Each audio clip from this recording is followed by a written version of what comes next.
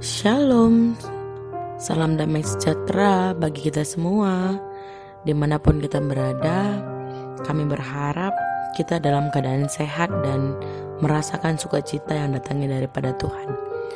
Saudara-saudari yang terkasih, hari ini kita ingin merenungkan firman Tuhan yang diambil dari Yohanes 8 ayat 1 sampai dengan ayat yang ke-11.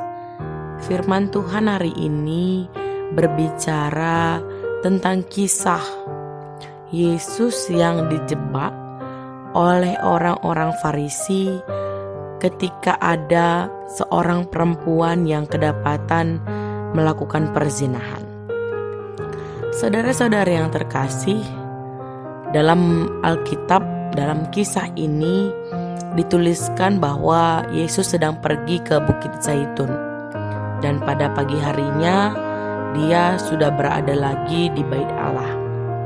Kalau kita lihat di dalam kisah ini, bagaimana Yesus sungguh-sungguh mendedikasikan dirinya untuk terus berada di Bait Allah, sehingga saat itu juga banyak orang yang datang untuk diajari olehnya. Dan para ahli Taurat dan orang-orang Farisi tentu sudah paham, sudah mengerti, sudah tahu benar dengan kebiasaan Yesus setiap hari. Mereka pasti mengamat-ngamati apa yang Yesus lakukan.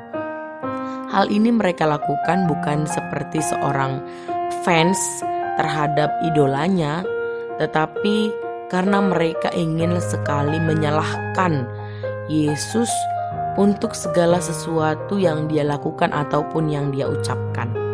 Karena sebuah kebanggaan bagi mereka, bagi orang-orang Farisi ataupun ahli Taurat, ketika mereka dapat menjerat Yesus di hadapan orang banyak yang sedang diajari olehnya. Oleh sebab itu, saat itu mereka membawa seorang perempuan yang mereka katakan kedapatan berbuat zina. Nah, kalau kita pahami pada masa itu, bangsa Yahudi sedang dijajah oleh orang Romawi. Sebenarnya memang orang Yahudi memiliki hukum Taurat yang cukup lengkap, memuat berbagai aturan-aturan dalam peribadatan, begitu juga dengan aturan hidup bermasyarakat dengan sesama orang-orang yang ada di sekitar mereka.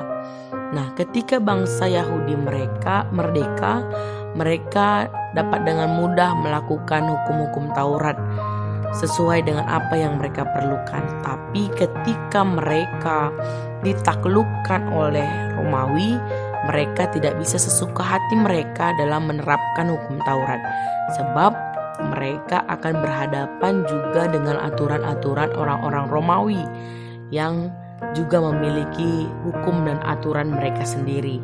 Jadi mau tidak mau, hukum-hukum Taurat, hukum orang Yahudi juga harus disesuaikan atau diterapkan berkaitan juga dengan hukum-hukum orang Romawi. Nah, terkait dengan aturan atau hukum tentang perzinahan, kemungkinan besar pada waktu itu bangsa Romawi memiliki cara pandang atau hukum yang berbeda mengenai perzinahan atau kehidupan seksual pada saat itu, sehingga hukum Taurat pada saat itu bisa ditegakkan. Nah, kalau kita lihat bahwa ahli Taurat dan orang Farisi berupaya menjebak Yesus, karena seakan-akan mereka menggiring bahwa perempuan itu telah tertangkap basah karena sedang berzina, dan hukum Taurat memerintahkan mereka untuk melempari perempuan yang melakukan itu. Jadi mereka kemudian bertanya kepada Yesus, apa pendapat Yesus akan hal itu? Nah, jelas kalau kita lihat bahwa ahli Taurat dan orang-orang Farisi menjebak Yesus di hadapan orang banyak. Mereka berpikir jikalau Yesus menjawab "Ayo lempari." Maka pasukan Romawi pasti akan menangkap Yesus karena ia menentang hukum Romawi. Sebaliknya, kalau Yesus menjawab, "Jangan lempari," maka Yesus dianggap sebagai penentang agama Yahudi karena dianggap sebagai pro penjajah Romawi. Seperti yang kami katakan bahwa Romawi memiliki cara pandang yang berbeda tentang hukum perzinahan dengan orang-orang Yahudi. Nah, ahli Taurat dan orang-orang Farisi menganggap pertanyaan mereka sudah sangat cerdik, sudah licik, sehingga pasti akan membuat Yesus bisa dipersalahkan. Tetapi kemudian kita baca lagi bahwa Yesus saat itu tidak langsung mengambil keputusan. Dia menunduk, membungkuk, menulis dengan jari di tanah yang kita tidak tahu sampai saat ini apa yang Yesus tuliskan di tanah itu. Tetapi ketika para ahli Taurat dan orang-orang Farisi terus mendesak, terus bertanya, membuat suasana semakin panas, membuat suasana semakin tegang, sementara orang banyak yang tadinya sedang mengejar ajaran Yesus itu menunggu jawaban Yesus. Bisa dibayangkan bagaimana situasi yang sangat menegangkan saat itu. Perempuan itu bisa segera mati jikalau Yesus bilang, "Ayo lempari."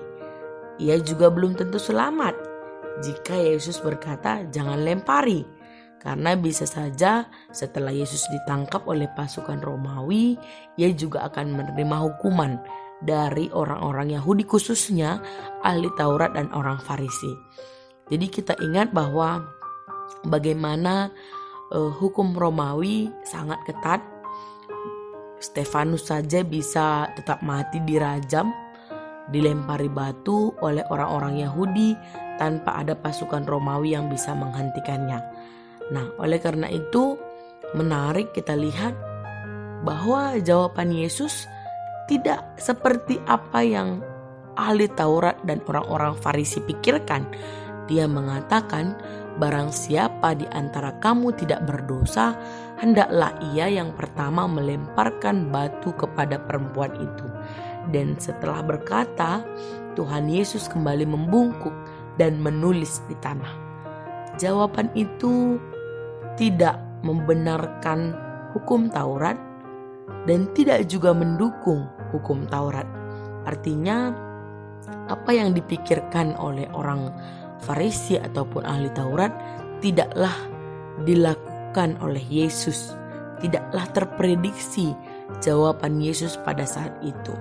Nah, hukum Taurat bisa melempari orang yang melakukan perzinahan. Dia juga tidak mendukung itu, tetapi perkataan Yesus ini semacam sebuah tamparan yang keras bagi para ahli Taurat atau orang-orang Farisi yang harus terus bercermin bahwa apakah mereka sudah melakukan hukum Taurat dengan sempurna. Jika mereka saja pun sebenarnya masih memiliki dosa, masih bolong-bolong, mengapa mereka merasa punya hak dalam menghakimi, mereka merasa punya hak dalam menghukum orang lain.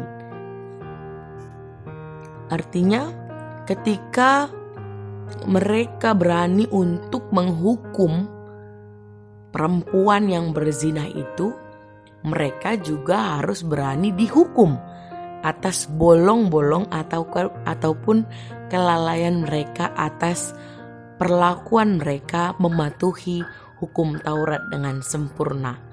Nah, sangat mungkin para ahli Taurat dan orang Farisi menjadi malu di depan orang banyak ketika Yesus mengucapkan hal itu.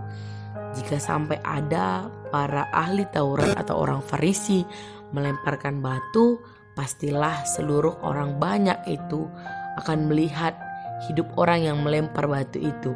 Apakah sungguh dia tanpa dosa? Apakah sungguh dia tanpa cacat cela? Dan lain sebagainya. Nah, Alkitab mencatat bahwa setelah ucapan Yesus itu, maka satu persatu ahli Taurat Dan orang Farisi yang membawa perempuan itu berangsur-angsur mundur, mulai dari yang paling tua hingga akhirnya hanya tinggal perempuan itu seorang diri. Lalu Yesus berdiri dan berkata kepada perempuan itu, "Hai perempuan, di manakah mereka? Tidak adakah seorang pun yang menghukum engkau?" Perempuan itu menjawab, "Tidak ada Tuhan." Yesus bisa saja hanya menyuruh perempuan itu pulang, karena toh dia tidak dihukum mati.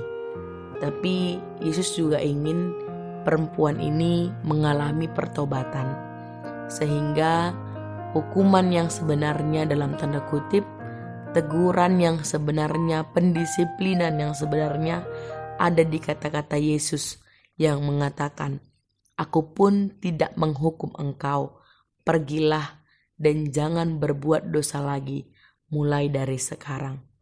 Di sini Tuhan Yesus memberikan sebuah teladan bagaimana seorang pemimpin yang sungguh-sungguh berjuang untuk mengajarkan sebuah nilai kasih, bukan dengan penegakan hukum, bukan dengan syariat sesuai dengan apa yang kitab itu tuliskan.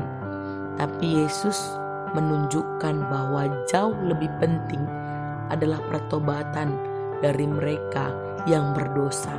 Dan Yesus ingin agar sebanyak-banyaknya manusia dapat diselamatkan, sehingga Yesus pun mengampuni perempuan yang berzina itu dan memberikan pesan pertobatan.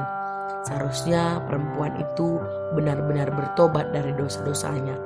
Jika tidak, maka hal yang sia-sia ketika anugerah yang sudah diberikan kepadanya, anugerah Allah yang begitu besar, tapi dia tidak betul-betul meresponnya dengan baik. Jadi saudara-saudari yang terkasih di dalam nama Tuhan Yesus Kristus, hari ini kita sungguh-sungguh belajar bagaimana kita pun memahami apa yang Tuhan mau dalam kehidupan kita. Kalau saya punya pemikiran, seringkali kita hidup di antara hitam dan putih.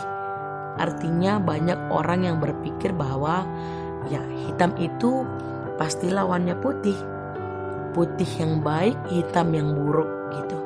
Padahal dalam kehidupan kita banyak warna. Tidak hanya hitam, bisa juga merah, bisa juga kuning, yang juga berlawanan, berbeda, yang juga bisa memberikan perbedaan nuansa baru di warna putih itu.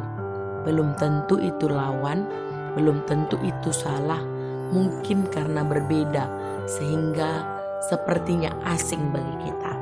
Hari ini kita belajar tidak mudah untuk menghakimi orang lain, tapi lebih kepada bercermin akan diri kita sendiri dan melihat bahwa hukum kasih memberikan kesempatan bagi orang lain untuk bertobat, untuk berubah, untuk bisa memperbaiki dirinya. Itulah kasih yang sebenarnya, dan kita bisa memberikan dia kesempatan seperti Allah yang berikan kita kesempatan untuk terus bertobat, mengaku salah, dan memperbaiki diri menjadi respon kita untuk anugerah keselamatan yang sudah Tuhan berikan melalui anaknya Yesus Kristus. Biarlah firman ini boleh menguatkan kita, boleh meneguhkan iman kita, dan boleh menetapkan hati kita dalam menjalani kehidupan sehari-hari. Tuhan Yesus memberkati kita sekalian. Amin.